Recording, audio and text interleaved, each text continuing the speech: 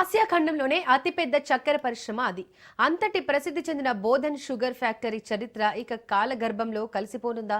నష్టాల సాకుతో గత 10 ఏళ్లుగా మూతపడిన నిజాం దక్కన్ షుగర్ ఫ్యాక్టరీ ఇక శాశ్వతంగా మూలకపడనుందా? వందలాది ఎకరాల్లో ఉన్న ఫ్యాక్టరీ భూములు అన్యాక్రాంతం కావాల్సిందేనా? వందల కోట్ల విలువైన ఫ్యాక్టరీ గత వైభవానికి గుర్తుగా మిగిలిపోవాల్సిందేనా? చీకటి నీడలు కమ్ముకున్న నిజాం షుగర్ ఫ్యాక్టరీ పరిస్థితి ఏంటన్నది ఇప్పుడు ప్రశ్నార్థకంగా మారింది.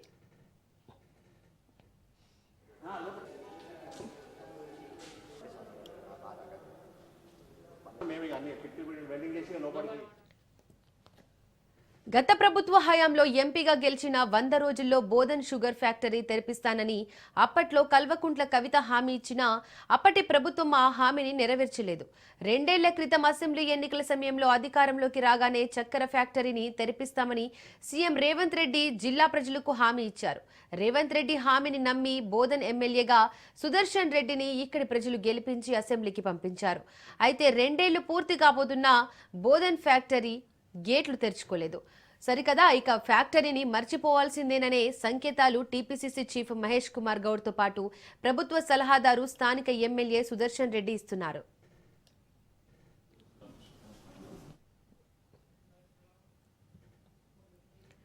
కాంగ్రెస్ ప్రభుత్వం అధికారంలోకి రాగానే బోధన్ చక్కెర ఫ్యాక్టరీ తెరుచుకుంటుందని జిల్లా ప్రజలు గంపెడు ఆశతో ఎదురుచూస్తున్నారు.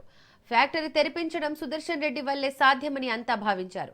ఆయన మంత్రి అయితే బోధన్ షుగర్ ఫ్యాక్టరీ తెరిపిస్తానని, చెరుకు రైతుల జీవితాలు బాగుపడతాయని, జిల్లా అభివృద్ధి చెందుతుందని ప్రజలు భావించారు. అయితే సుదర్శన్ రెడ్డికి మంత్రి పదవిని ఇవ్వకుండా ఎట్టకేలకు ప్రభుత్వ సలహాదారు పదవిని కట్టబెట్టారు రేవంత్ రెడ్డి. దీంతో ఇక బోధన్ చక్కెర ఫ్యాక్టరీ తెరుచుకుంటుందనే ఆశలకు మళ్లీ రెక్కలొచ్చాయి. ప్రభుత్వంపై ఒత్తిడి తీసుకొచ్చి పెద్ద ఫ్యాక్టరీని తెరిపిస్తారని చెరుకు రైతులు, జిల్లా ప్రజలు భావిస్తే పెద్దసారు వారి ఆశలపై నీళ్లు జల్లినంత పనిచేశారు. పైగా చెరుకు పండించేందుకు రైతులు సిద్ధంగా లేరని, అందుకే ఫ్యాక్టరీ తెరుచుకోవడం జరగదన్నట్లు సమాధానం చెప్పి రైతులపైకి నెట్టేశారు సుదర్శన్ రెడ్డి. పెద్ద అలా మాట్లాడడం జిల్లా ప్రజలకు మింగుడు పడడం లేదు.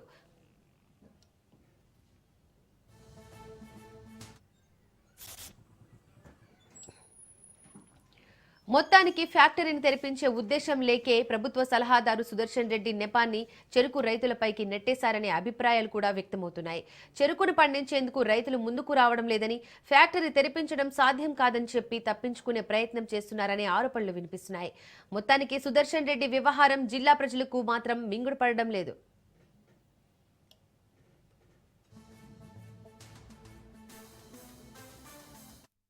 నిజాం షుగర్ ఫ్యాక్టరీ మరి గత ఎన్ఎస్ఎఫ్ అనేవాళ్ళు ఇప్పుడు ఎన్డీఎస్ఎన్ అనగా పేరు మారింది.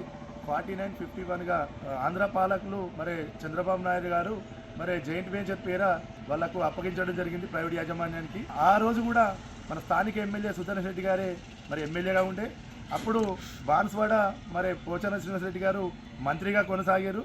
వీళ్ళ కనసల్లోనే అప్పుడు మరి ప్రైవేటు జాయింట్ వెంచర్ జరిగింది. మరి నేడు గత పాలకులు కూడా మరి కవితక్క గారు కూడా 100 రోజుల్లో నిజాం షుగర్ ఫ్యాక్టరీ తెరిపిస్తానది, గత ప్రభుత్వంలో ఉన్నటువంటి టీఆర్ఎస్ నాయకులందరూ కూడా షుగర్ ఫ్యాక్టరీని మేము తెరిపిస్తామని హామీ ఇవ్వడం జరిగింది. ఆ హామీని నమ్మి మేము ఓట్లు వేసి గెలిపించుకోవడం జరిగింది స్థానికంగా.